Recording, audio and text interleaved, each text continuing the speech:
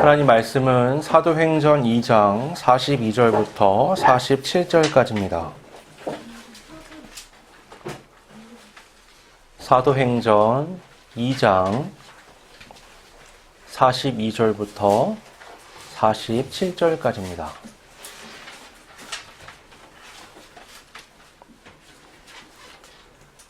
봉독하겠습니다.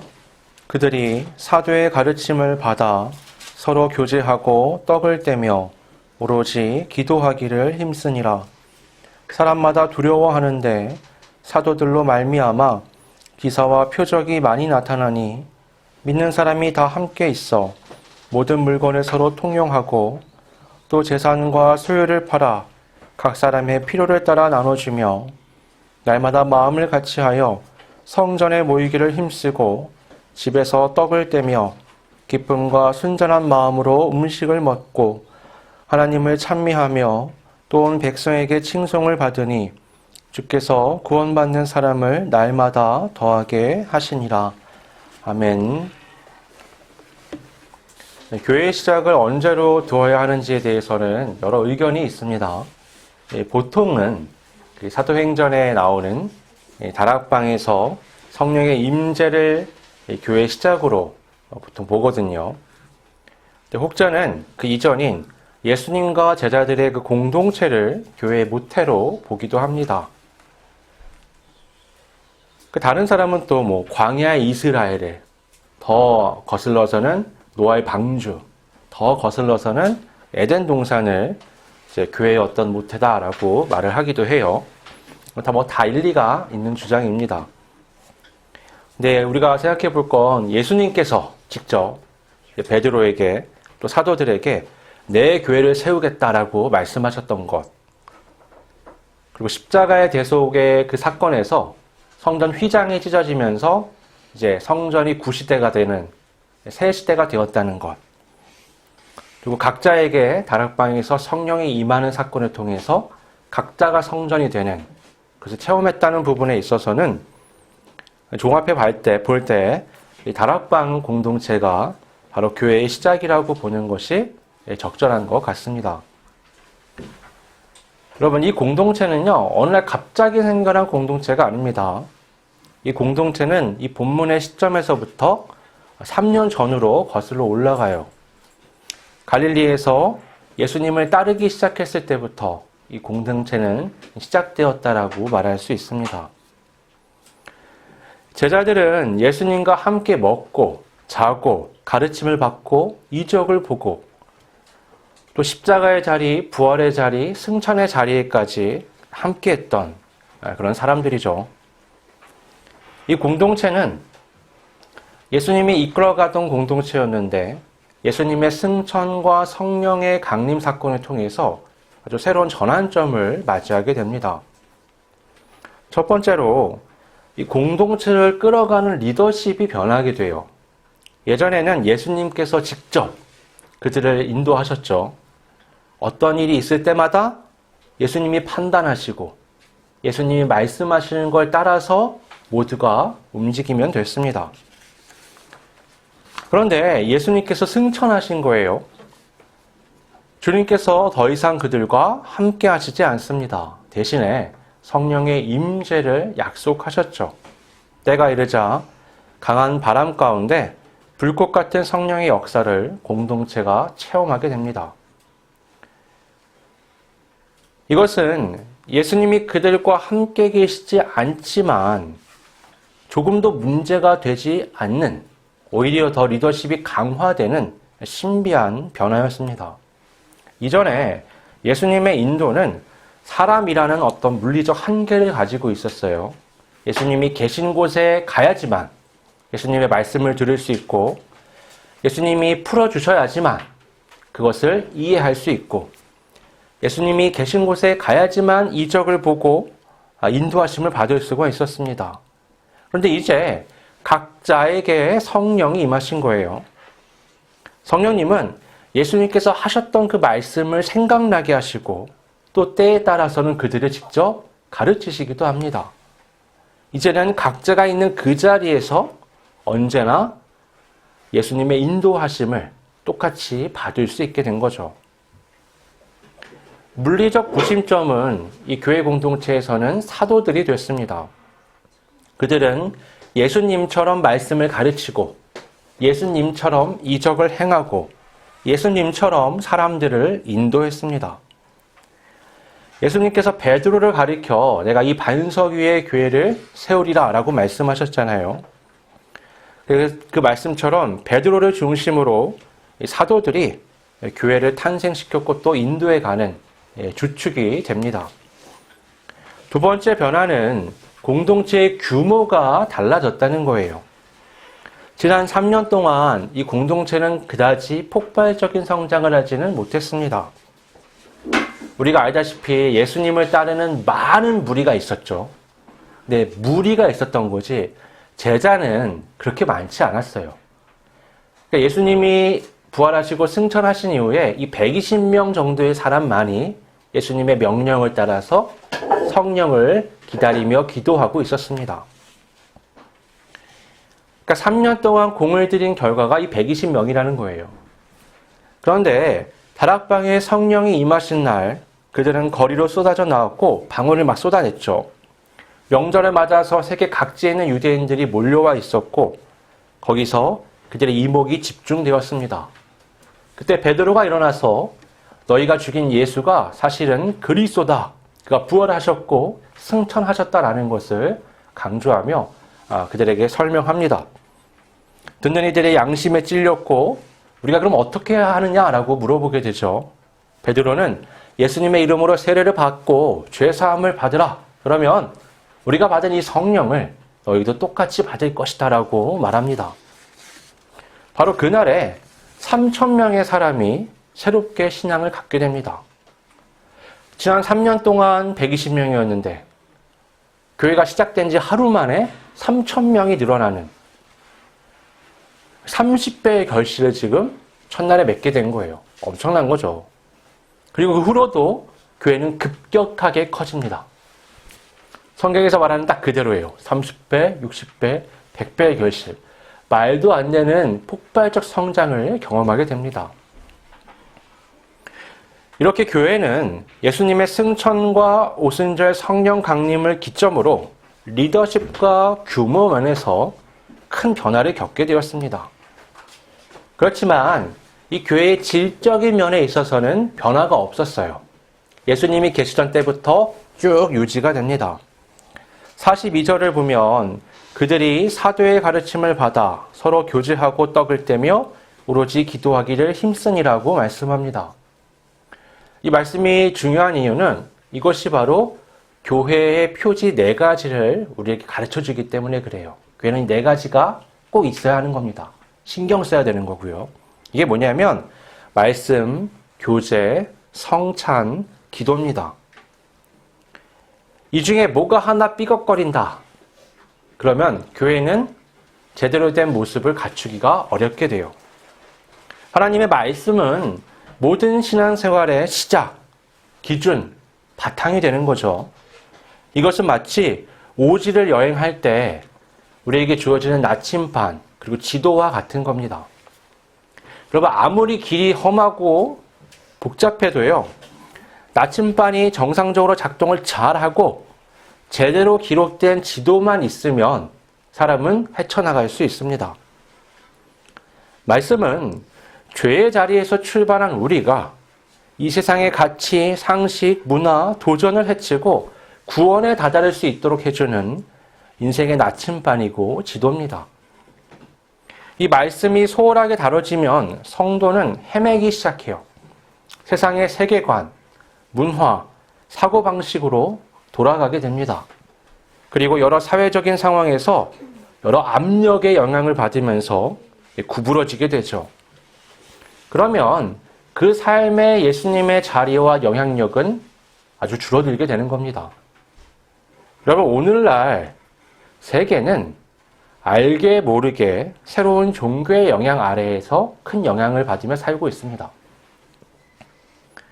그건 뭐냐면 이데올로기라는 종교예요.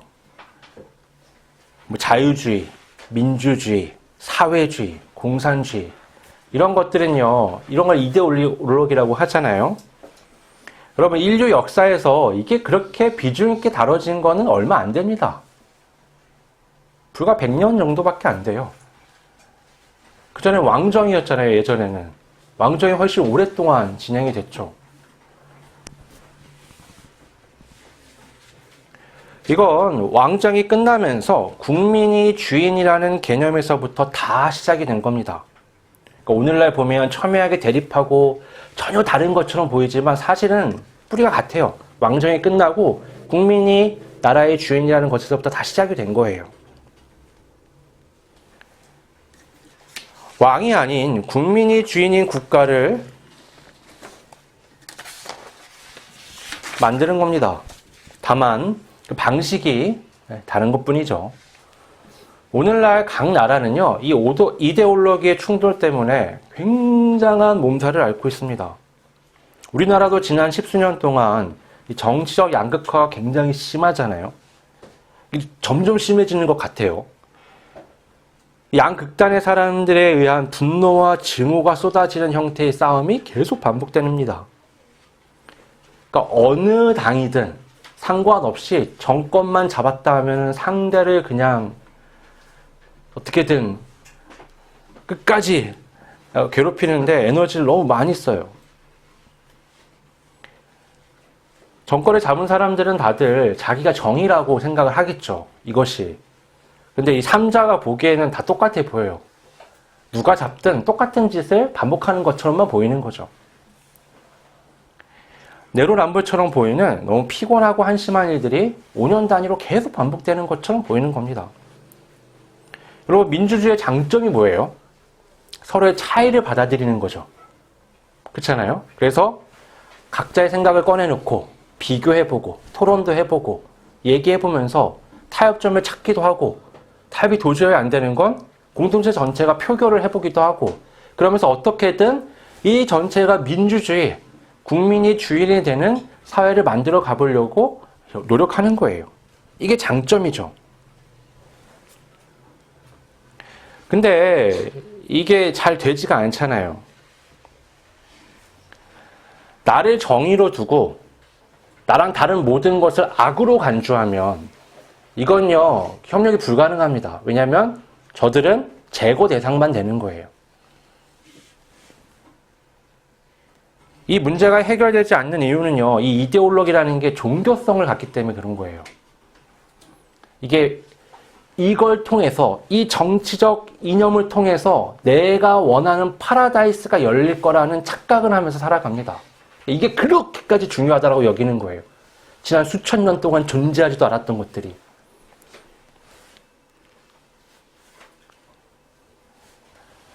이 특정 이념과 정치 방식이 이상적인 세계를 이뤄줄 거라고 믿으니까 거기에 반하는 이념이나 정치 방식을 보면 나의 이상 세계를 방해하는 무서운 질병이나 악마적 존재로 이게 비치는 겁니다.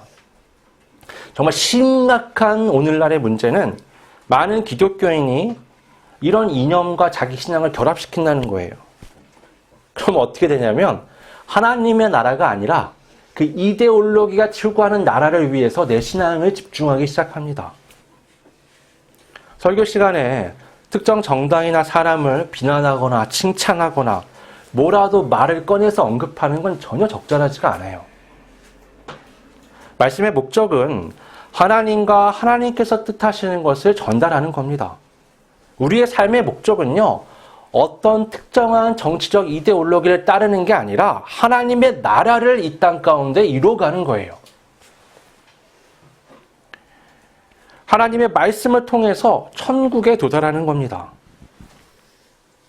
오늘날 왜 이렇게 교회 안에서 특히 종교적 문제와 신앙이 결합되는 이상한 현상을 보이느냐 보면 말씀이 잘 서 있지 않기 때문에 그래요. 제대로 된 나침판과 지도가 없기 때문에 어떤 길이 하나님의 뜻하신 길로 가는 건지 모르고 헤매는 겁니다. 여러분, 우리는요, 이 세상의 그 수준 낮은 정치를 통해서 무엇을 이루겠다는 생각을 하면 안 돼요. 왜 수준 낮다고 얘기하냐면 그게 기독교 신앙에 비춰볼 때 그렇다는 거예요. 기독교 신앙의 백미는 뭐죠? 십자가죠. 십자가는 죄의 무거움을 보여주는 동시에 대속을 통한 사랑의 극치를 보여주죠. 그것도 어떻게 해요? 상대의 죄를 나는 전혀 죄가 없는데 상대의 죄를 다 짊어지고 죽으면서까지 상대를 살리는 겁니다. 우리가 따르는 십자가의 도가 그런 거예요. 그런데 정치에는 그런 게 없잖아요. 정치에는 반드시 승자가 있고 패자가 있습니다. 그리고 패자의 것은 반영되지 않아요. 우리나라는 특히나 승자 독식 구조이기 때문에 거기에 대한 박탈감이 굉장히 크죠. 이기기 위해서는 표가 필요하죠. 표를 위해서는 양극화되어가는 시대에는 양극단에 있는 사람들에게 입맛에 맞는 얘기들을 자꾸 쏟아내야 돼요. 그럼 이게 악순환이 반복되는 겁니다. 사랑은 고사하고 민주주의의 기본인 연합, 화합, 협치 이런 거는 다 날아가는 거예요. 우리는 특정 이데올로기를 믿는 게 아닙니다. 우리는 하나님과 그의 나라를 추구하는 사람들이죠. 우리가 추구하는 십자가의 도와 이데올로기는 같이 다룰 수 있는 게 아니에요. 여러분 그런 생각을 갖고 계시면 분리하셔야 합니다. 여러분 수준 높은 십자가의 도를요. 이 세상에 그런 수준 낮은 가치에 놓지 마세요. 몇백 년 지나면요. 정치는 또 바뀌어요. 계속 바뀌어요. 그때 가서 오늘날에 돌아보면 야 어떻게 우리가 그런 식으로 사회를 운영했지? 라고 말할 수 있습니다. 십자가의 도는요. 어디에 있는 거냐면 가장 미래에 있는 가치를 2000년 전까지 끌고 와서 시작되는 거예요. 그러니 감히 이 세상의 그런 수준 낮은 걸로 우리 신앙과 결합시켜서 무언가를 주장하는 그런 오류를 범하면 안 됩니다. 정치뿐이 아니죠. 지식, 문화, 경제, 사회 전반에 걸쳐서 우리가 당연하게 따르고 때로는 기독교 신앙과 너무 밀접하게 합쳐놓은 것들이 너무 많아요. 그런 것들을 분별할 수 있어야 합니다. 그러려면 말씀을 많이 읽는 것밖에 없어요. 말씀을 많이 읽고 기도하시면 성령님께서 조명하여 주십니다. 그걸 묵상하는 방법밖에 없어요. 두 번째 표지인 교제는 이 공동생활을 의미합니다. 44절부터 45절에 이 내용이 잘 나오는데요. 이 초대교회는 집을 빼놓고, 그러니까 내가 머물러서 있어야 하는 집을 빼놓고는 다 팔았어요. 바치고 뭐고 그냥 다 팔아요. 그래갖고 뭐 하느냐? 그거를 교회 공동체 안으로 가지고 옵니다. 그래서 그걸 같이 나누는 거예요. 오늘날 사회는 그래도 복지가 어느 정도 갖추어졌죠. 이 시대랑 비교하자면 비교도 안 될 정도로 지금은 잘 갖춰져 있습니다. 시스템이. 그래서 밥을 못 먹어서 심각한 문제가 되는 경우는 별로 없어요. 여전히 복지 사각지대가 있고 도움이 필요한 사람들이 있지만 시대적으로 봤을 때는 비교가 되지 않는 풍요로움이 이 시대는 있습니다. 2000년 전 이스라엘의 상황은 아주 안 좋았어요. 과부와 고아들은 경제력이 전혀 없는 상황에 놓여 있었습니다. 이 시대는 농경사회잖아요. 농경사회의 핵심은 땅이에요. 일단 땅이 있어야 뭘 뿌리고 거둘 수가 있어요. 근데 이 땅의 상속권은 남자한테만 있었습니다. 그럼 여자 입장에서 어떠냐면 남자와 결혼을 했을 때는 괜찮아요. 이 남자가 죽잖아요. 그러면 내 아들에게 상속권이 넘어가요. 그럼 이 아들이 어머니를 봉양하는 거예요. 근데 만약에 아들이 없는데 남편이 죽었다.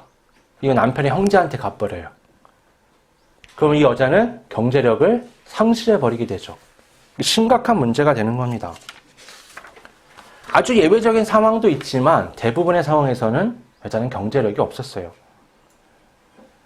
게다가 이 시대는 기근이 심했습니다. 그래서 예루살렘을 중심으로 한 유다 지역은 굉장히 어려운 상황이었어요. 여러분 풍년이 되면 인심도 후해집니다. 그러면 경제력이 없어도 발품을 좀 팔면 사람들의 그 인심에 기대서 먹을 수 있어요. 근데 흉년이 반복되면 인심도 사라집니다.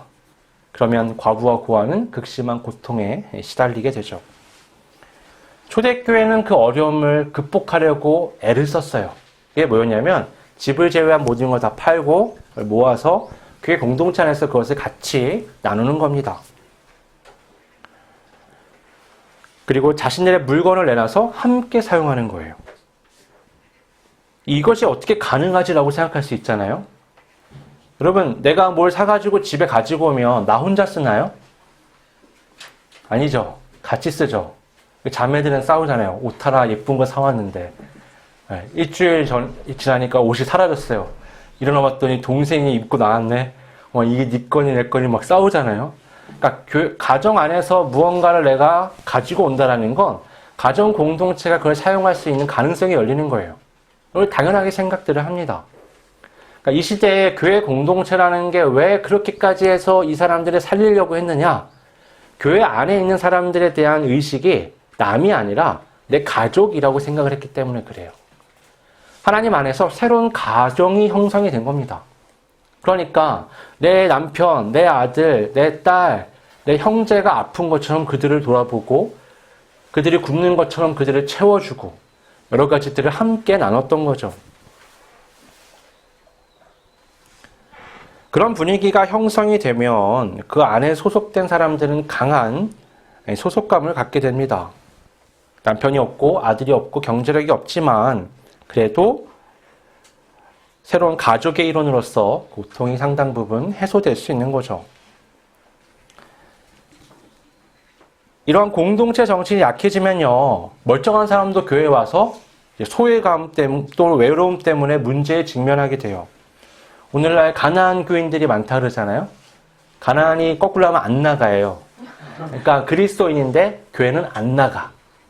왜 안 나가? 봤더니 교회 안에서 너무나 성경과 다른 것들을 경험하면서 상처를 받고 관계 속에서 어려움을 겪으면서 안 나가는 거예요.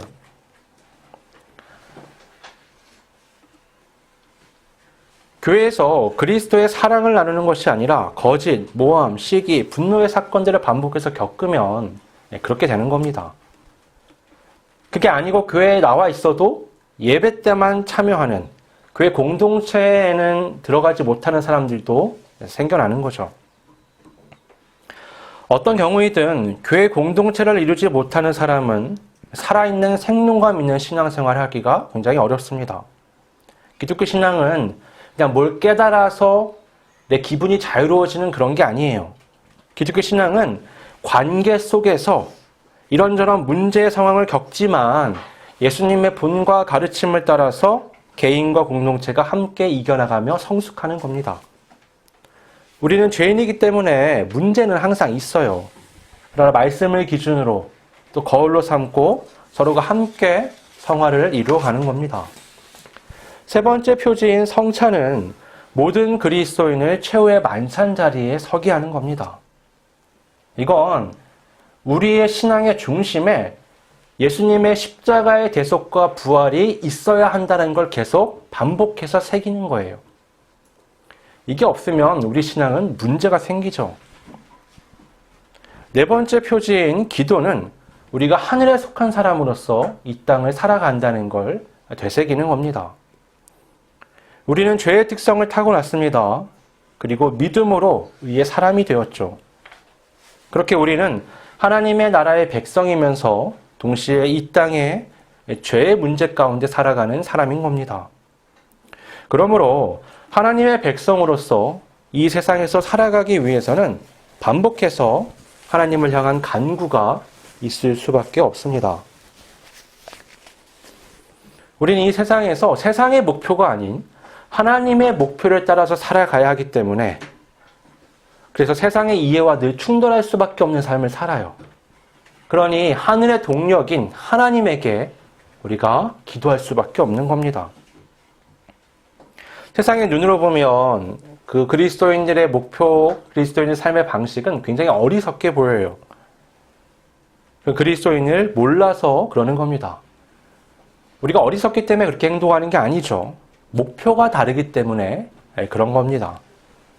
그래서 하나님께 계속 기도하면서 하나님의 인도하심으로 살아가야 돼요. 정리해보면 교회의 표지는 4가지입니다.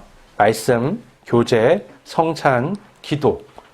이것 중에 어느 하나만 소홀하게 돼도 우리의 신앙은 구원의 길을 표류하게 됩니다. 오늘날 우리가 성찬에 대해서 소홀하게 보는 부분이 있어요. 이건 단순히 성찬식에 대한 얘기를 하는 게 아닙니다. 이건 예수 그리스도의 십자가의 대속과 부활을 교회 안에 중심에 두지 못하는 그런 말씀 선포와 교회 공동체의 모임에 문제가 있기 때문에 얘기를 하는 거예요. 이 모든 것들이 온전하게 갖춰져야 합니다. 근데 여러분, 여기서부터가 정말 중요한데요. 이 네 가지를 관통하는 중요한 가치가 있습니다. 그건 바로 사랑이에요. 이건 그냥 우리의 사랑이 아니라 바로 하나님의 사랑, 아가페의 사랑입니다. 예수님이 이 사랑으로 하나님을 사랑하고 사람을 사랑하셨어요. 그것이 증거가 십자가죠. 그리고 우리에게 자기 십자가를 지고 자신을 따르라고 말씀하십니다. 우리는 성령의 내주하심으로 인해 이 사랑을 다 가지고 있습니다. 여러분, 이 사랑으로 하나님과 관계하는 방식이 뭐예요? 말씀을 듣고 기도를 드리는 겁니다. 이 사랑으로 교회 공동체 안에서 이웃과 관계하는 방식이 뭐예요?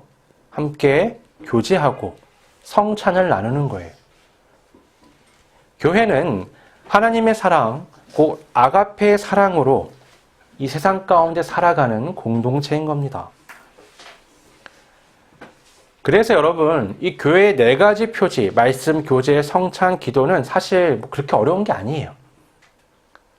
그런 게 아닙니다. 이건 하나님을 사랑하고 이웃을 사랑하는 그 사랑을 갖기만 하면 자연스럽게 이어질 수 있는 것들입니다. 오늘날 교회가 이 중 어떤 것에 문제를 겪는다는 건 그건 결국 구약율법의 핵심이며 예수 그리스도의 오신 목적인 사랑이 바로 서지 못하기 때문이에요. 여러분, 본문 46절, 47절을 같이 읽어보겠습니다. 날마다 마음을 같이하여 성전에 모이기를 힘쓰고 집에서 떡을 떼며 기쁨과 순전한 마음으로 음식을 먹고 하나님을 찬미하며 또 온 백성에게 친송을 받으니 주께서 구원받는 사람을 날마다 더하게 하시니라.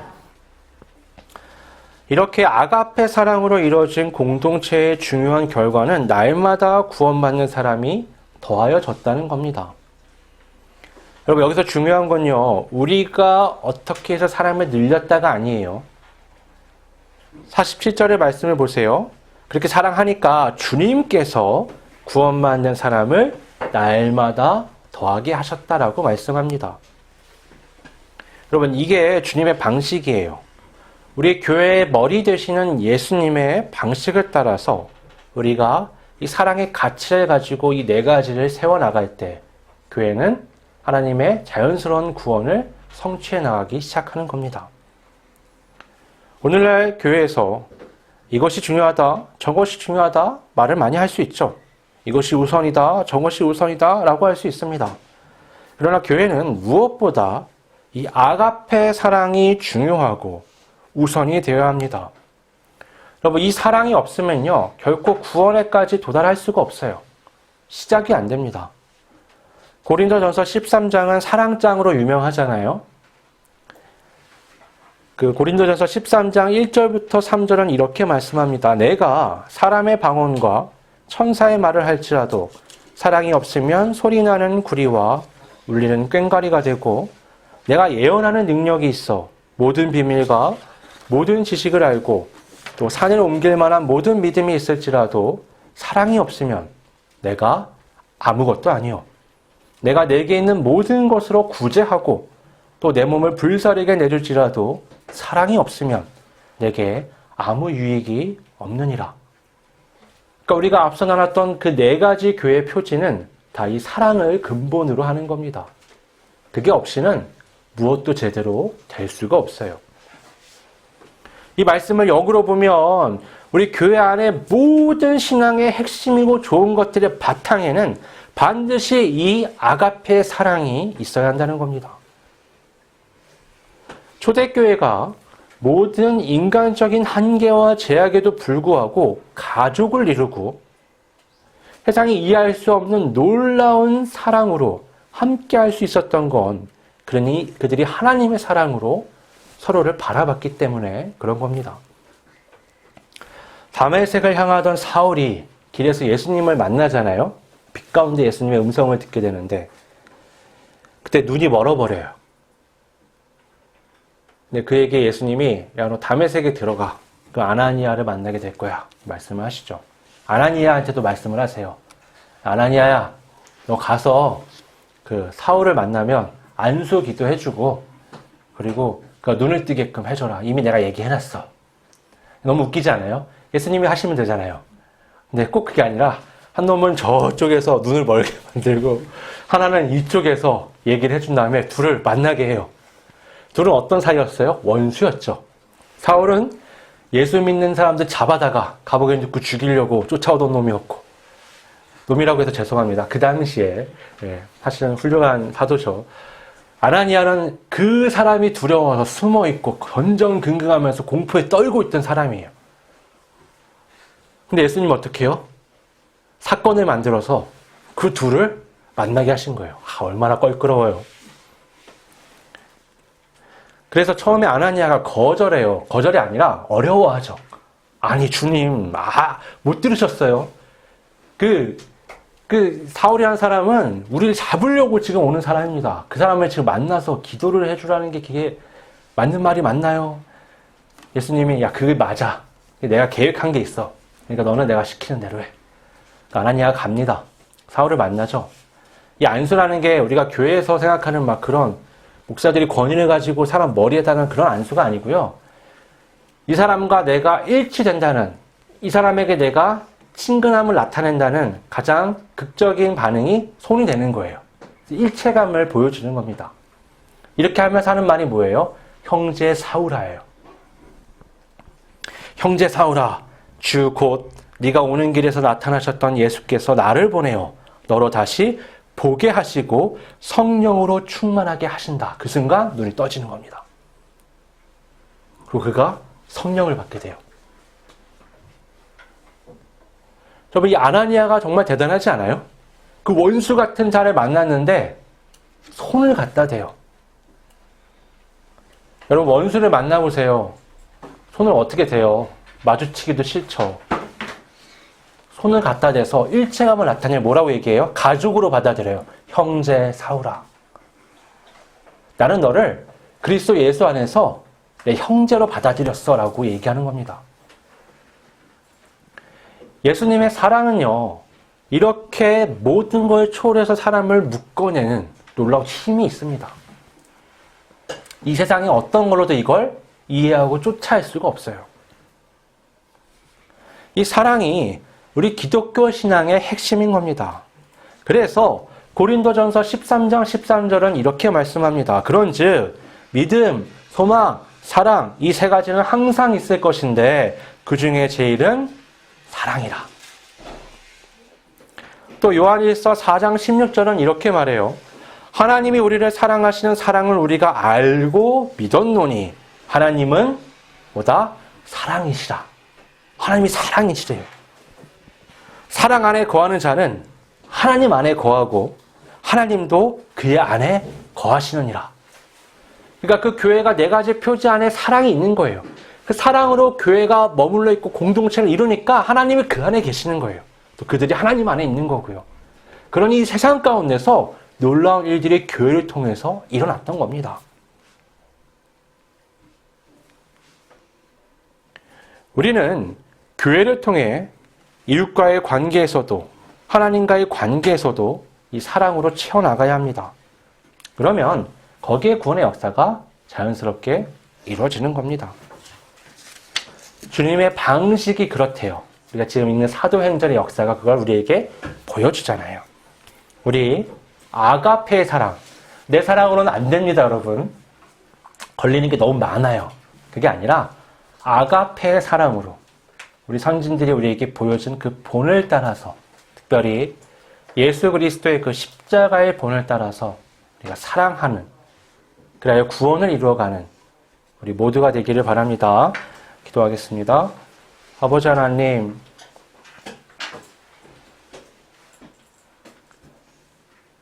우리 교회가 중요하게 여기는 많은 것들이 있지만 그 중에서도 말씀, 교제, 성찬, 기도가 무엇보다 중요하게 여겨져야 된다는 것을 우리가 성경을 통해서 확인했습니다. 그리고 그 모든 것의 근본에는 바로 아가페 사랑이 있다는 것도 우리가 확인했습니다. 우리 안에 이미 성령께서 계시고 이미 그 아가페 사랑을 주셨습니다.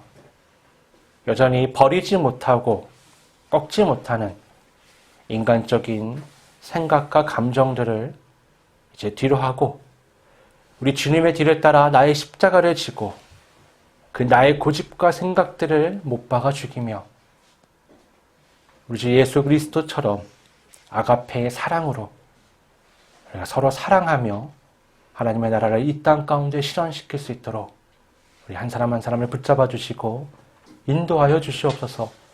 그리하여 여전히 이 시대에 하나님께서 교회를 통해서 구원의 놀라운 역사들을 이루어 가신다는 것을 이 교회를 통하여 우리가 경험할 수 있도록 하나님 이끌어 주시옵소서.